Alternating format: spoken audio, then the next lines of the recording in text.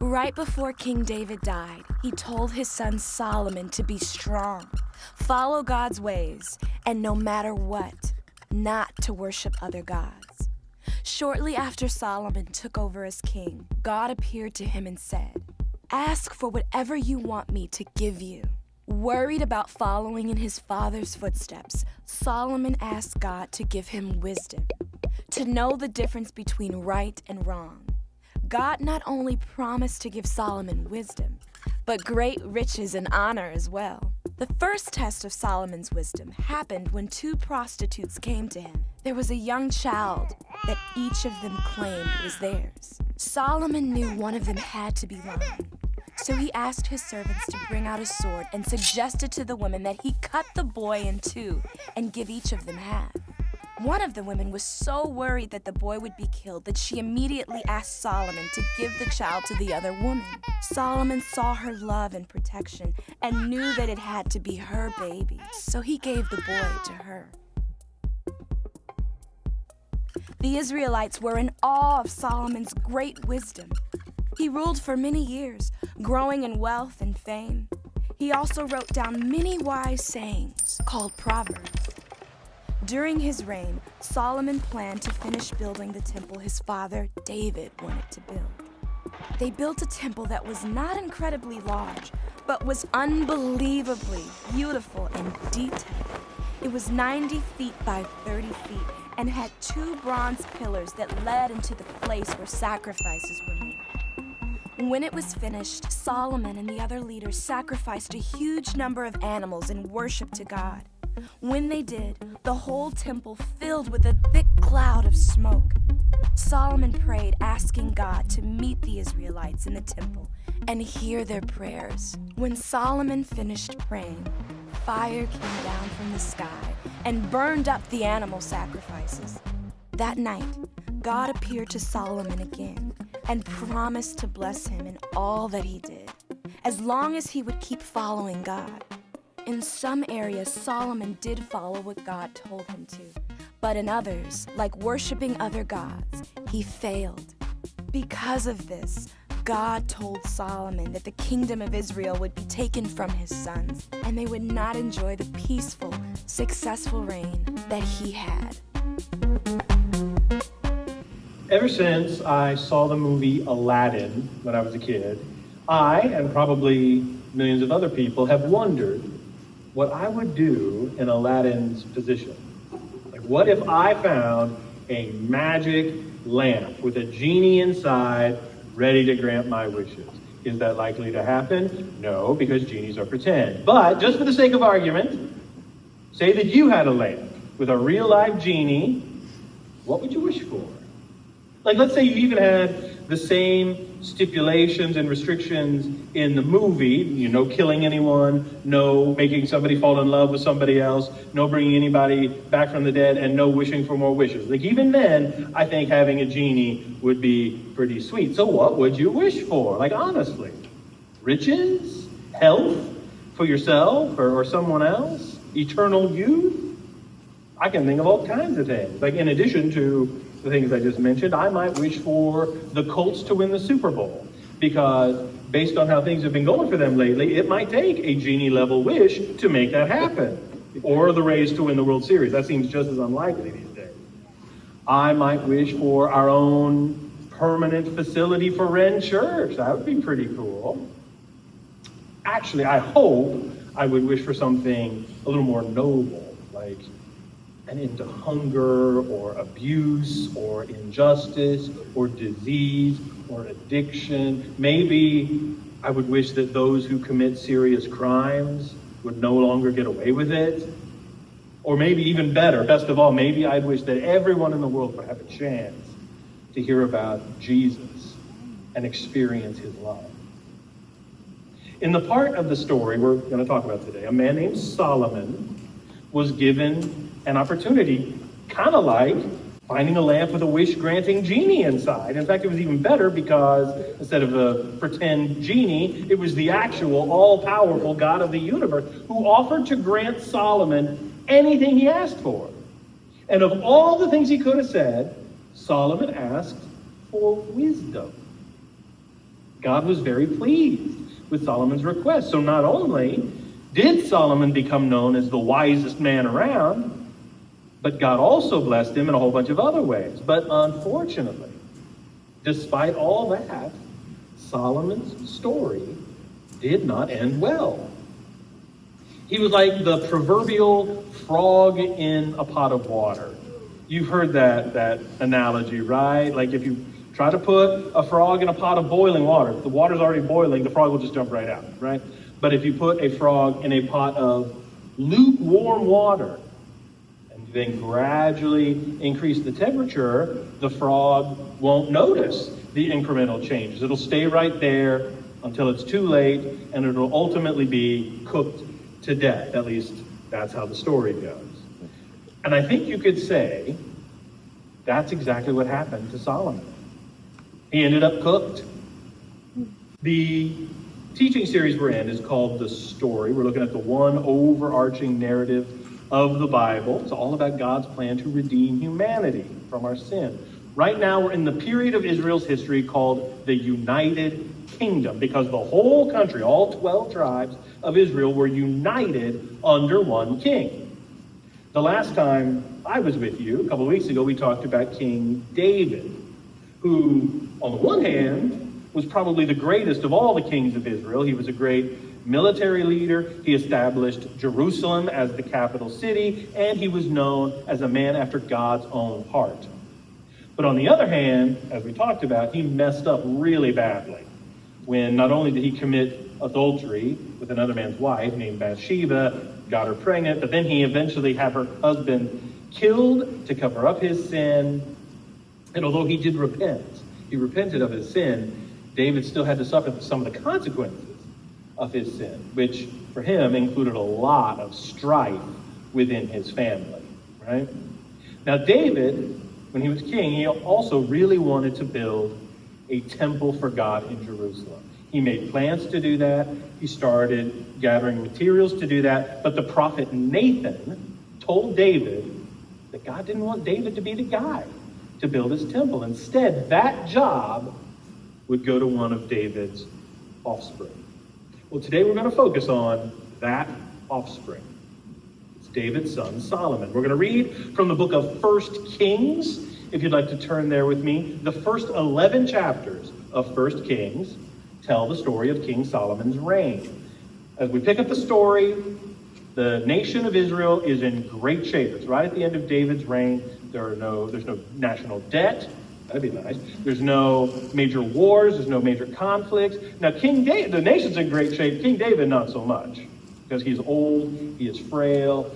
Everyone knows that he's going to die soon, and it's time for him to pass the baton. But there's a big question over which of his sons, he had many wives, which of his sons will succeed him. And so there's some conflict that takes place. But David eventually intervenes. He steps in and decides that his successor should be Solomon, son of Bathsheba. Solomon is still a very young man when this happens, when David says he's the guy. Solomon's about 20 years old. So David gives him some advice. In 1 Kings chapter 2, David says, I am about to go the way of all the earth, he said. So be strong, act like a man, and observe what the Lord your God requires. Walk in obedience to him, and keep his decrees and commands, his laws and regulations as written in the law of Moses. Do this so that you may prosper in all you do and wherever you go. So David emphasizes to Solomon the importance of obeying God. He says, if you do that, you're going to be in great shape. I think that's still pretty good advice. And then in chapter 3, there's the scene I mentioned before. God appears to young King Solomon in a dream. And he invites him to ask for whatever he wants God to give him. And Solomon, he talks about, I'm really young. I'm kind of insecure about how young he is and how inadequate he feels to lead the country. He's intimidated. He knows he has big sandals to fill from his dad David. So he says, your servant is here among the people you have chosen, a great people, too numerous to count or number. So give your servant a discerning heart to govern your people and to distinguish between right and wrong. For who is able to govern this great people of yours? Solomon asks for wisdom, or more specifically, discernment. It's a type of wisdom. It's the ability to listen to different sides of an issue and then determine the best course of action. And it's also a really strong sense of knowing right from wrong, discernment. I think discernment is still an attribute of a great leader, right? And God is pleased with Solomon's answer, that he didn't ask for riches. He didn't ask for a long life. He didn't ask for some of the things I probably would have wanted to ask for. God is so pleased that he blesses Solomon with not only wisdom, but those other things too. Riches, success, fame, and so on. And then at the end of chapter 3, there's an example of one of Solomon's wise rulings. It was in the little video we showed a minute ago. It's a famous story that, frankly, I've always found to be a little bit disturbing. It's about two prostitutes who each had babies about the same time, but then one of the babies dies, is smothered to death, and now both of the women are insisting that the surviving baby is theirs. They come before Solomon, and Solomon's like, how about this? Let's just cut the baby in half and give half to each of you. And one of the women is like, fine, seems fair to me. And the other one was like, no, don't do that. Just give the baby to her. Like, just don't hurt the baby. And Solomon was like, you are obviously the real mother. The baby belongs to you. I don't think he actually intended to cut the baby in half. At least I hope not. But it was a shrewd, if a little shocking, way of solving this dilemma. So Solomon gains a reputation for being very wise and very discerning. People from all over the world, the known world at the time, hear about his wisdom. I love this part. This is 1 Kings 4, starting with verse 29. God gave Solomon wisdom and very great insight, and a breadth of understanding as measureless as the sand on the seashore. That's a lot of wisdom right there. Solomon's wisdom was greater than the wisdom of all the people of the East and greater than all the wisdom of Egypt. He was wiser than anyone else, including Ethan the Ezrahite, wiser than Haman, Calcol, and Darda, the sons of Mahal. And his fame spread to all the surrounding nations. I just love that the writer of Kings calls out all these other guys who apparently have the reputation of being wise, and he's just like, Solomon was better. Ethan the Ezrahite, loser. Sons of Mahal, morons. You know Dasher and Dancer and Prancer and Vixen, but do you recall the wisest king of them all? That's Solomon, right? And it says that Solomon was knowledgeable about a wide range of subjects. Animals, plant life, the scientific knowledge of that time and place. People would come from all over just to hear him talk. He would just hold these talks, these lectures, and people would eat up everything he was saying. It says, and he wasn't limited just to his wisdom, he also had an artistic flair. It says he wrote 1,005 songs, which is a very exact number. So again, I guess he took after his dad as a songwriter. At least 2 of Solomon's songs are in the book of Psalms in the Bible, Psalm 72 and 127. Those are Psalms of Solomon. It also says he spoke about 3,000 proverbs. Proverbs are short, wise sayings. Now, there's a book in the Old Testament called Proverbs, and Solomon is credited with writing the majority, not all, but the majority of that book. Proverbs, the book of Proverbs, is filled with lots of advice on how to live a wise, godly life. Just smart things to do. Some of the Proverbs are kind of pithy. Some of them are even amusing. Like this is in the book of Proverbs. A beautiful woman who lacks discretion is like a gold ring in a pig's snout. Calling it like it is. It says, as a dog returns to its vomit, so a fool repeats his foolishness. Kind of gross, but okay. A bowl of vegetables with someone you love is better than steak with someone you hate. And that was, I want to say to that one, yeah, but what's the cook on the steak? You know what I mean? medium rare or well done. If it's rare or if it's well done, then yeah, bowl of veggies is probably better. But like a nice medium rare filet mignon, I might be willing to eat that even with people I don't like, you know? But I guess according to Proverbs, that would not be wise. That would not be smart. And there are lots of other proverbs like that. But then there are also some like this: trust in the Lord with all your heart, and lean not on your own understanding. In all your ways submit to him, and he will make your paths straight. And this one: the fear of the Lord is the beginning of knowledge, but fools despise wisdom and instruction. For Solomon, true wisdom, true knowledge begins with a fear of the Lord, a healthy respect, not being afraid of God, but a healthy respect for God. Whereas fools ignore God or say that he doesn't exist, or they refuse to listen to wisdom or take good advice, which keep a pin in that, because that's going to come back into play later in Solomon's life story. There's so much great wisdom in Proverbs, I think it's worth it to read it together as a church. There are 31 chapters in Proverbs, and there are 31 days next month, the month of August. So what I'm going to do, read the chapter that corresponds to the day of the month. And by the end of August, we will have read through the entire book. So I'm going to start this Friday. This Friday is August 1st with Proverbs 1. So I'm going to do it. I encourage you to join me as well. Let's read through Proverbs in August. Solomon is also credited with writing two other wisdom books found in our Old Testament: Ecclesiastes and the Song of Solomon, or Song of Songs, sometimes it's called. We'll talk more about Ecclesiastes a bit later. We'll come back to that. Song of Solomon, or Song of Songs, is a celebration of married love and all that it entails, okay? Which is something that Solomon would have known quite a bit about, as we'll see a little bit later. Now, Song of Songs does get pretty steamy, especially when you look into the cultural imagery that he uses, the things that he is describing there. It gets a little steamy. So some Christians try to make it, well, it's a metaphor for the relationship between Christ and the church.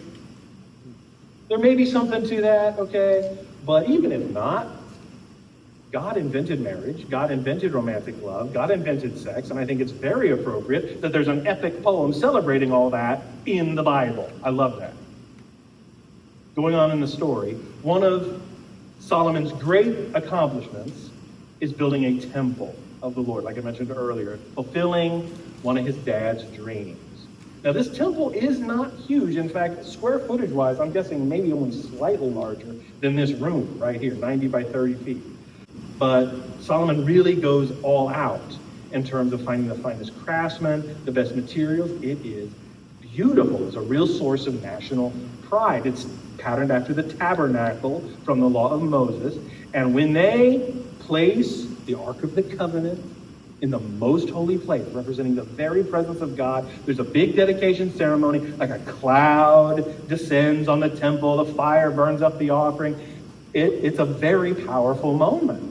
And it's a real high point of King Solomon's reign. And the temple is going to be a centerpiece of the worship of Yahweh for centuries to come. And by this point in his life, Solomon seems to have it all. He has built a temple for the Lord. He has built a new palace for himself. He has wisdom. He has riches. He has fame. And then right about this time, God appears to him again. For the second time in his life, God appears to King Solomon. This is 1 Kings chapter 9. God says, "As for you, if you walk before me faithfully with integrity of heart and uprightness, as David your father did, and do all I command and observe my decrees and laws, I will establish your royal throne over Israel forever, as I promised David your father, when I said, you shall never fail to have a successor on the throne of Israel." Now, God goes on to say that if Solomon does not obey, then eventually the throne will be taken from his family, from Solomon's descendants. His descendants would not rule over all of Israel the way his dad had done, he and his dad had done. And God emphasizes to Solomon the need for obedience and integrity, just like what David had told Solomon when he was a young man. God's like, you started strong, but here's what you need to do to finish well. Now, why the pep talk? Well, because he knows that having it all like this can be a huge temptation. Is it a blessing to have money and success and even fame? Sure. But it also comes with a big risk. For one thing, if we have that kind of success, it's very easy for our lives to become about maintaining or increasing our wealth or our status or our success, rather than living for God according to his will and his way. And when that's the case, we open ourselves up to all kinds of temptations, starting with pride. Jesus even said that it's easier for a camel to go through the eye of a needle than for someone who is rich to enter the kingdom of God. But despite that conversation with God, Solomon ultimately doesn't do it. He doesn't finish well. He ends up turning away from the Lord at the end of his life. And he tries all kinds of other things to find fulfillment. But they don't work. He may have been extremely wise, but remember what he said about a fool doesn't listen to advice? He didn't follow his own advice. And he ends up far from God. He's like that frog in the pot of water. He doesn't notice when the temperature starts to increase. Small changes that don't seem like that big of a deal at the time, but before long they add up. And for Solomon, he ends up cooked. So what went wrong? Well, First Kings 10, we see the temperature in the pot start to rise. Solomon, by this point, is filthy rich. He's popular. He's constantly told all about how great he is. Listen to what a famous person, one of the most famous people in the world at the time, called the Queen of Sheba, says about him. She comes, she visits Jerusalem, she visits King Solomon. Here's what she says. She exclaimed to the king, "Everything I've heard in my country about your achievements and wisdom is true. I didn't believe what was said until I arrived here and saw it with my own eyes. In fact, I had not heard the half of it. Your wisdom and prosperity are far beyond what I was told. How happy your people must be. What a privilege for your officials to stand here day after day listening to your wisdom." And when you hear stuff like that, day after day, after a while you start to believe it. You start to believe it. Actually, yeah, I am pretty great, right? Solomon starts to believe his own publicity, rather than acknowledging the source of those blessings and remaining grateful and humble. Yes, God has really blessed him. And so, when he thinks it's all about him, his lifestyle becomes more and more excessive. The most egregious, the most famous example of Solomon's excessive lifestyle, and the one that caused the biggest problem for him down the road, is found in 1 Kings 11. Now, King Solomon loved many foreign women. Besides Pharaoh's daughter, that was his first wife, he married women from Moab, Ammon, Edom, Sidon, and from among the Hittites. The Lord had clearly instructed the people of Israel, "You must not marry them, because they will turn your hearts to their gods." Yet Solomon insisted on loving them anyway. He had 700 wives of royal birth and 300 concubines.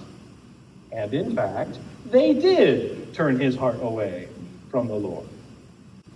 700 wives? Like, can you imagine? Like, I have questions about this, like how this even worked. For one thing, does this mean Solomon had 700 mothers-in-law? I don't know, maybe so. Some questions that I think are probably just best not to know the answer to, honestly. And not only that he had 300 concubines on top of the 700. Like, why did he need any concubines when you have 700 wives, right? It seems to me that Solomon, it wasn't even just about lust, it was about he was collecting people, right? Like treating them like objects and adding them to his collection. That's disturbing. It's a far cry from God's original intention for marriage, and the fact that they were foreigners who worshipped these other gods was a big problem, because they didn't stop worshiping those gods when Solomon brought them into his harem.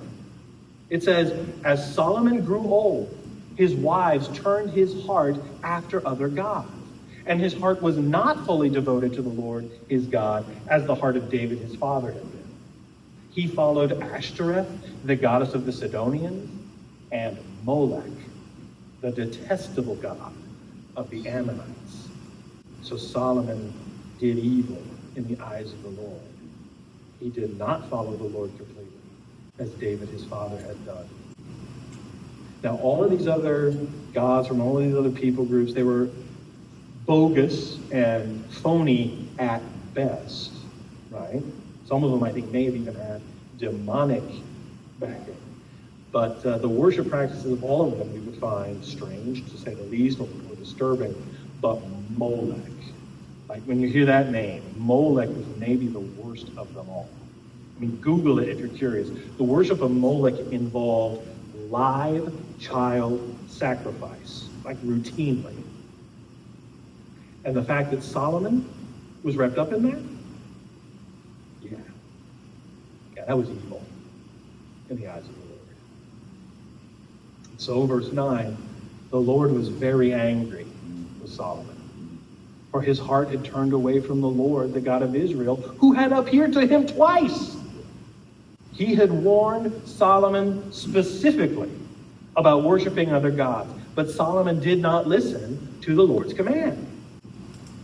And in the rest of chapter 11, we see Solomon in his old age start to reap the consequences of this. He has all these different adversaries up here, including a guy named Jeroboam, who will ultimately become king, but only king of the northern 2/3 of what had been the nation of Israel.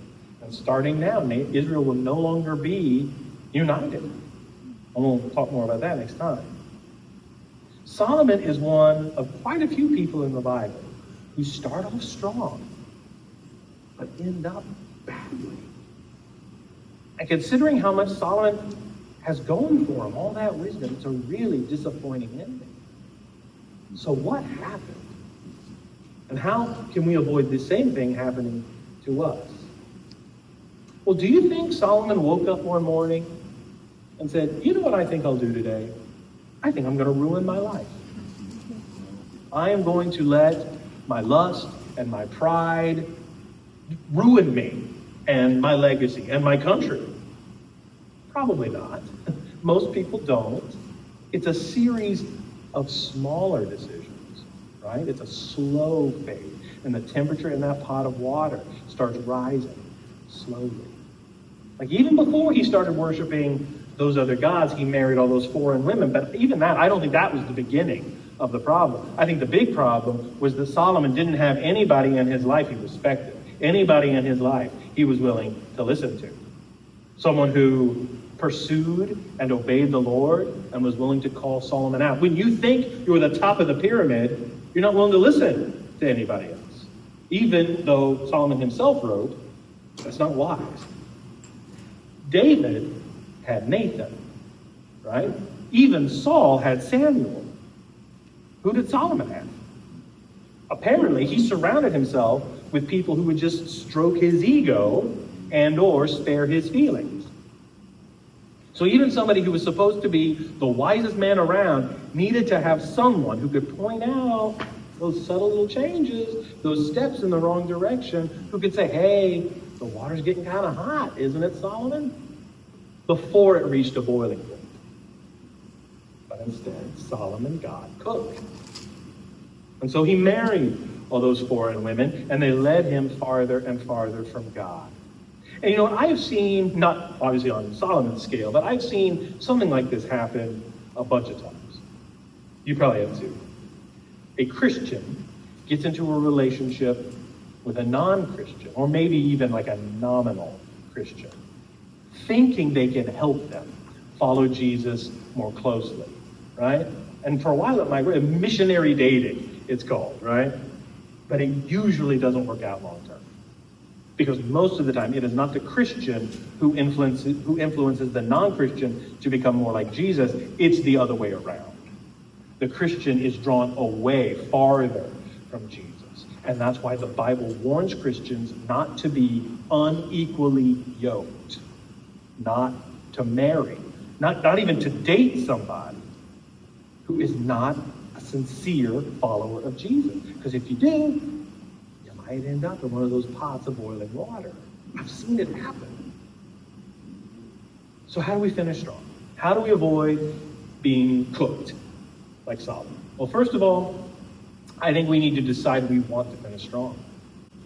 That may be obvious, but it's amazing how many people are living life without intentionality, or without considering the long-term ramifications of the decisions we make today. What we do today matters. It's going to matter down the road. I believe it was author Stephen Covey who coined the phrase, begin with the end in mind. And that certainly applies to our lives in Christ. Like, how do we want to finish our lives? What do we want people to say about us at our funeral? It doesn't matter if we think that could happen relatively soon, or if we think we have many, many decades ahead of us in this life, because the truth is, we all know this, nobody knows for sure how much time we have left in this life. How do we want to end up, especially in terms of our walk with Christ? Are the decisions we're making today going to lead to that outcome? Or are they leading us in a different direction? Like, think about it this way. Like, what if you knew you had only one more year to live? You knew that. How would that change how you live today? How would that impact your priorities? How you spend your time? Would you try to just have as much fun as you can before you die? Or would you lay up for yourselves treasures in heaven, as Jesus talks about, investing in people? And would you remain faithful to the life God has called you to? Would you remember that this life is not all there is? And what we do now has a big impact, not just on this life, but on eternity. Our decisions determine our direction, and our direction determines our destination, right? So decide now. You're going to finish strong. And I also think we can finish strong by asking for wisdom. Solomon, he may have started out with a lot of wisdom, but in the end, he wasn't taking his own advice. But when we ask for wisdom, that is a prayer God always answers with yes. The book of James says, if any of you lacks wisdom, you should ask God, who gives generously to all without finding fault, and it will be given to you. And as we get to know God even better through his word, through prayer, through participation in a community of faith, he teaches us what real wisdom looks like. He gives us some of that same discernment that he gave Solomon to help us know the best course of action in any situation and to make better decisions now that will lead us to a better destination. And we finish strong by participating in a community of people who can hold us accountable. And this is what Solomon was apparently sorely lacking. We need community. We need accountability. We shouldn't try to do this on our own, because we may not recognize those subtle changes in our attitude or our environment or our faith that could lead us into trouble down the road. But those who know us and love Jesus often can see them. So we need someone in our lives who love us, who have our best interest at heart, and they're willing to ask the tough questions. And we need to be that for other people too. We need both a mentor and people we are mentoring. But we need someone who will challenge us when we start slipping, to provide accountability. And I think we can find those kinds of relationships in a church community like this. I think that is one of the things the church is for. Our rain groups, some of you know, they meet through the week. They're a great place to foster those kinds of relationships.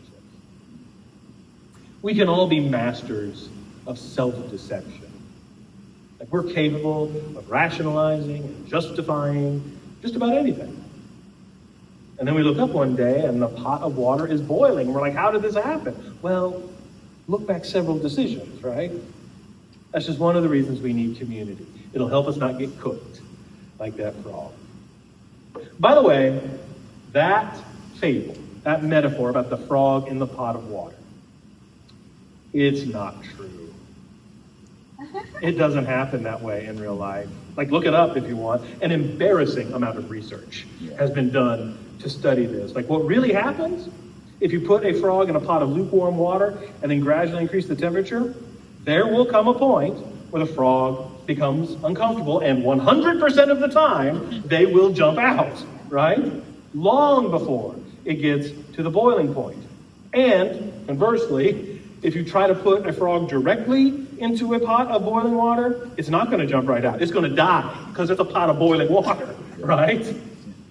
It dies immediately. I mean, it still works as a metaphor, I guess. It's just not based in reality. In fact, I think it might be a little more fitting if frogs told that story about people. Like, I could just picture a little froggy preacher standing up in front of his frog congregation saying, don't be like those humans. Like, we have the good sense to jump out of the pot when it starts to get hot. But they're not like us. They don't do that. They won't notice the subtle little changes until it's too late. And they end up cooked. Like I mentioned before, Solomon is credited with writing the book of Ecclesiastes in the Old Testament. It's a really interesting book. It's all about Solomon, the author's search for meaning and fulfillment in life. Apparently it takes place later in his life. Everything is meaningless, he says at the beginning. And then he tries all kinds of different things that he hopes will provide him with that meaning. And some of those things are not bad things.